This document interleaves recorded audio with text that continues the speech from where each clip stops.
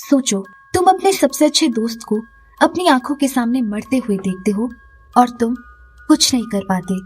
वो दोस्त रोज तुम्हारे सपनों में आता है, तुम्हें याद दिलाता है कि तुम भाग गए थे और फिर तुम एक ऐसे जंगल में फंस जाते हो जहां भगवान भी भूखा होता है। आज की मूवी है द रिचुअल। कहानी शुरू होती है 5 पुराने दोस्तों से, ल्यूक, रॉबर्ट, डॉम, हच और फिल। ये सब एक रेस्टोरेंट में बैठे होते हैं, हंसते मजाक करते हुए एक ट्रैकिंग ट्रिप प्लान कर रहे होते हैं। रॉबर्ट सजेस्ट करता है स्वीडन के जंगल में हाइकिंग। आइडिया सबको एक्साइटिंग लगता है, लेकिन कोई फाइनल डिसीजन नहीं होता। डिनर के बाद सब बाहर निकलते हैं, तभी रॉबर्ट बोलता है कि उसे वाइन लेनी है। ल्यूक उसके साथ एक नियर बाय लिकर स्टोर चला जाता है। स्टोर के अंदर जाते ही उन दोनों को कुछ अजीब लगता है। काउंटर के पीछे मैनेजर जमीन पर पड़ा होता है, जख्मी और खून से भरा हुआ। ल्यूक कुछ समझ पाता उससे पहले ही 2 मार्क्स लुटेरे स्टोर में घुस जाते हैं। ल्यूक डर के मारे चुप हो जाता है। रॉबर्ट दिख जाता है। एक लुटेरा रॉबर्ट से वॉलेट और रिंग मांगता है। रॉबर्ट मना कर देता है। अगले ही सेकंड दूसरा लुटेरा चाकू निकालकर रॉबर्ट के सीने में घुसा देता है।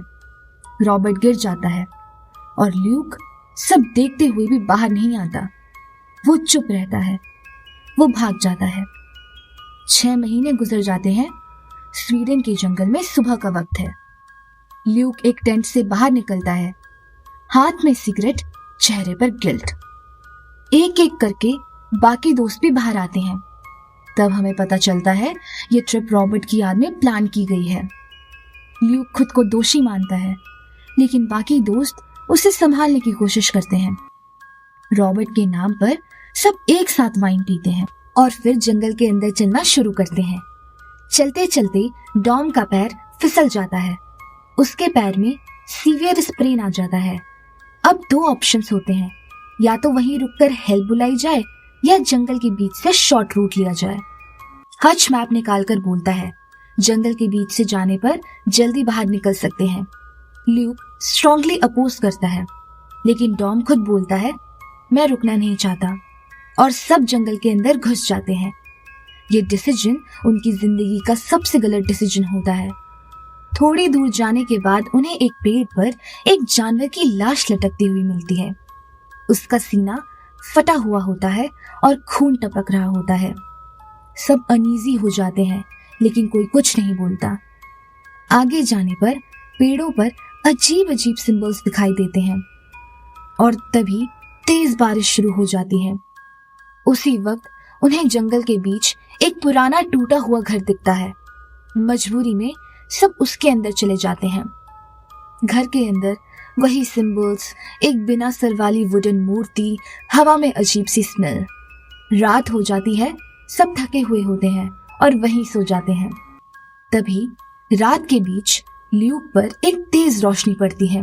वो उठकर उस रोशनी के पीछे जाता है और अचानक खुद को उसी लिकर स्टोर में पाता है जहां रॉबर्ट मरा था। रॉबर्ट खून में लेटा होता है। ल्यूक चिल्लाता है और तभी उसकी नींद टूट जाती है। ल्यूक देखता है वो घर के बाहर खड़ा होता है और उसके सीने पर पंजों जैसे गहरे निशान होते हैं। वो भागकर अंदर जाता है, देखता है हच डर के मारे पैंट में ही सूसू कर चुका होता है। डॉम अपनी वाइफ का नाम छींक रहा होता है। फिल मूर्ति के सामने नंगा खड़ा उसे पूज रहा होता है। सब कुछ गलत हो चुका होता है और जंगल अब उन्हें छोड़ने वाला नहीं होता। सुबह होती है, लेकिन जंगल का माहौल पहले से ज्यादा भारी होता है। फिल खुद को याद भी नहीं कर पाता कि वो मूर्ति के सामने नंगा क्यों खड़ा था। डॉम का चेहरा अभी भी डरा हुआ है। हच सबसे ज्यादा नर्वस लगता है। ल्यूक सबको संभालता है और कहता है कि यहाँ से निकलना ही सबसे जरूरी है। घर से बाहर निकलते ही उन्हें और ज्यादा पेड़ों पर वही अजीब सिंबल्स दिखाई देती हैं। कंपास चेक करने पर ल्यूक बोलता है कि उन्हें साउथ वेस्ट की तरफ जाना होगा, लेकिन डॉम जो दर्द और गुस्से में होता है एक अलग डायरेक्शन में चल पड़ता है और बाकी सब मजबूरी में उसके पीछे हो लेते हैं। चलते चलते उन्हें एक और पुराना घर दिखता है, लेकिन इस बार वो उसे अवॉइड करते हैं। काफी देर चलने के बाद डॉम का दर्द और बढ़ जाता है। वो रुकना चाहता है लेकिन हच जिद करता है, रुकेंगे तो यहीं मरेंगे। ल्यूक थोड़ा ऊपर जाकर रास्ता देखने की कोशिश करता है और तभी पेड़ों के बीच उसे कुछ बहुत बड़ा हिलता हुआ दिखता है, जैसे कोई चीज उन्हें देख रही हो। ल्यूक डर के मारे तुरंत नीचे भागता है और सबको बताता है, लेकिन कोई उस पर विश्वास नहीं करता। ल्यूक अपनी शर्ट उतार कर अपने सीने के पंजों के निशान दिखाता है। डॉम और भड़क जाता है। दोनों के बीच तेज बहस हो जाती है। ल्यूक गुस्से में अपना बैग उठाकर अकेले चल पड़ता है। कुछ सेकंड्स बाद बाकी सब भी उसके पीछे चल देते हैं। आगे चलकर उन्हें जमीन में गड़ा हुआ एक पुराना टेंट मिलता है। अंदर से मिलता है एक बैग। बैग के अंदर एक वॉलेट, एक फैमिली फोटो और क्रेडिट कार्ड। कार्ड की एक्सपायरी होती है 1984। सब समझ जाते हैं यहाँ पहले भी लोग आए थे और कभी वापस नहीं गए। डर और बढ़ जाता है। रात हो जाती है, इसलिए मजबूरी में वो वहीं टेंट लगाकर सो जाते हैं। रात के बीच ल्यूक को फिर से नाइटमेयर आता है। रॉबर्ट का खून, उसकी आंखें और वो पल जब ल्यूक भाग गया था। अचानक ल्यूक उठ जाता है। बाहर से चीख सुनाई देती है। वो टेंट से निकलता है, देखता है फिल खड़ा है और हच का टेंट फटा हुआ है। हच गायब होता है। तभी जंगल के अंदर से हच की चीख सुनाई देती है। सब उस आवाज की तरफ भागते हैं, लेकिन वहां कोई नहीं होता। जब वापस मुड़ते हैं तो पता चलता है वो अपने टेंट से बहुत दूर आ चुके हैं और सुबह हो चुकी होती है। थोड़ी दूर आगे जाते ही उनके पैर जम जाते हैं। एक पेड़ पर हच की लाश लटक रही होती है, बिल्कुल उसी तरह जैसे पहले जानवर की लाश लटकी थी। सब अंदर से हिल जाते हैं। वो हच को नीचे उतारते हैं, उसका अंतिम संस्कार करते हैं और बिना रुके साउथ वेस्ट की तरफ चल पड़ते हैं। पर अब उन्हें लग रहा होता है कोई उनके साथ साथ चल रहा है, उनके पीछे, उनके बिल्कुल पास। चलते चलते ल्यूक देखता है जंगल खत्म होने वाला है, बस थोड़ा और। लेकिन तभी शाम हो जाती है, अंधेरा फैल जाता है और उसी अंधेरे में फिल को कुछ खींच कर जंगल के अंदर ले जाता है। फिल चीखता है। ल्यूक डर के मारे भागने लगता है और एक पेड़ से टकरा जाता है। ल्यूक फिर से अपने गिल्ट वाले सपने में चला जाता है। रॉबर्ट जमीन पर लेटा होता है। इस बार डॉम भी वहां होता है। दोनों साथ भागते हैं और तभी एक पेड़ पर फिल की लाश लटकती हुई दिख जाती है। ल्यूक चिल्लाता है और अगले ही पल ल्यूक और डॉम एक जलती हुई आग देखते हैं। आग के पास एक केबिन होती है। दोनों अंदर घुस जाते हैं। अंदर एक औरत मूर्ति के सामने बैठकर पूजा कर रही होती है। अचानक एक आदमी आता है और दोनों को बेहोश कर देता है। ल्यूक होश में आता है। उसके हाथ बंधे होते हैं, सिर दर्द कर रहा होता है और उसके आसपास अंधेरा सा कमरा होता है। वो देखता है वो औरत अब भी वहां होती है, मूर्ति के सामने बैठी हुई। और अब ल्यूक समझ जाता है ये मूर्ति कोई सिंपल आइडल नहीं है, ये जंगल का भगवान है। अगले ही पल एक तेज आवाज होती है। दरवाजा खुलता है और डॉम को अंदर लाया जाता है। डॉम जिंदा होता है, लेकिन बहुत बुरी हालत में। उसकी टांग पूरी तरह टूटी हुई होती है। चेहरा दर्द से भरा होता है। ल्यूक उसे देखकर अंदर से टूट जाता है। वो औरत कुछ बोलती नहीं, बस मूर्ति की तरफ इशारा करती है और तब जंगल के लोग बाहर से आने लगते हैं। उनके चेहरे पर डर नहीं होता, सिर्फ श्रद्धा होती है। डॉम को मूर्ति के पास लाया जाता है। ल्यूक चिल्लाता है, खुद को छुड़ाने की कोशिश करता है, लेकिन कोई फायदा नहीं। और तभी वो चीज आती है। पेड़ों के बीच से एक बहुत बड़ा साया निकलता है। वो ना पूरा जानवर लगता है, ना पूरा इंसान। उसका शरीर लकड़ी और हड्डियों जैसा होता है। उसकी आंखें गहरी और बेजान होती हैं। यही है जॉतुन, फॉरेस्ट का भगवान।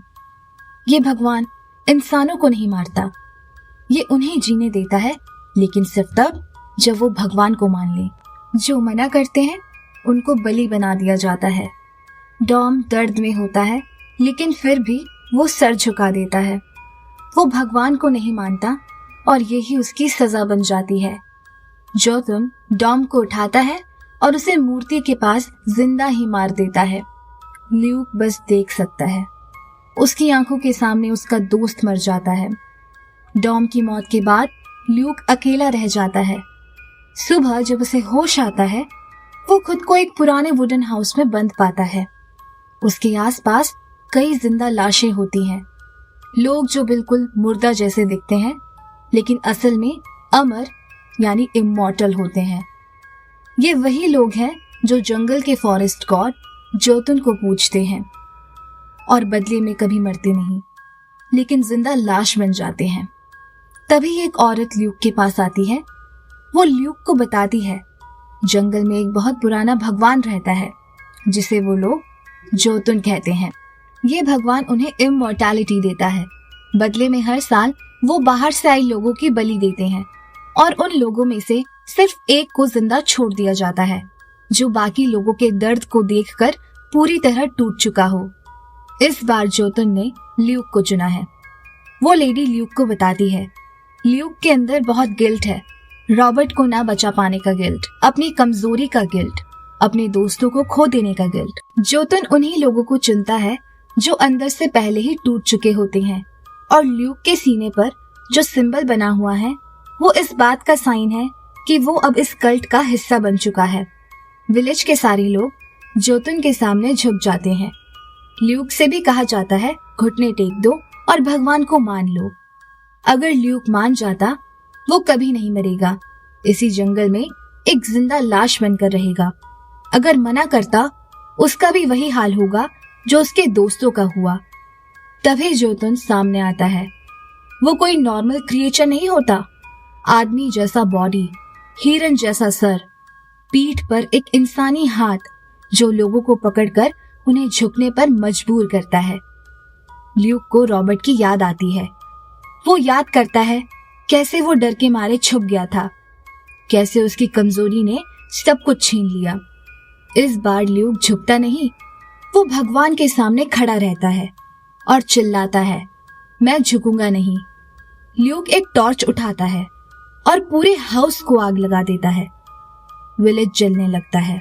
जोतुन ल्यूक को पकड़ने की कोशिश करता है, लेकिन ल्यूक भाग निकलता है। वो जंगल से बाहर पहुंच जाता है। जोतुन जंगल के बाहर नहीं आ सकता क्योंकि उसकी शक्ति सिर्फ उस जंगल तक सीमित होती है। ल्यूक जंगल के बाहर खड़ा होता है, गुस्से, दर्द और गिल्ट के साथ पूरी ताकत से चीखता है। पीछे से जोतुन भी चीखता है। ल्यूक जिंदा इसीलिए बचा क्योंकि उसने अपनी कमजोरी एक्सेप्ट की और फिर उसके आगे झुकने से मना कर दिया। ल्यूक जंगल से जिंदा बाहर आ गया, मगर एक सवाल रह गया। अगर जोतुन सिर्फ जंगल तक सीमित था तो ल्यूक के सीने पर बना निशान अभी तक क्यों है? क्या वो सच में भाग आया या फिर जंगल का एक हिस्सा उसके साथ बाहर आ चुका है? मूवी यहीं पर खत्म होती है। आपको अगर वीडियो पसंद आई हो तो लाइक करें और चैनल को सब्सक्राइब करके उस बेल आइकॉन को दबा दीजिए ताकि हमारी इसी तरह की वीडियो आपके पास सबसे पहले पहुंच जाए। हम आपसे मिलते हैं एक और नई वीडियो में एक और नई मूवी के साथ। तब तक के लिए बाय बाय।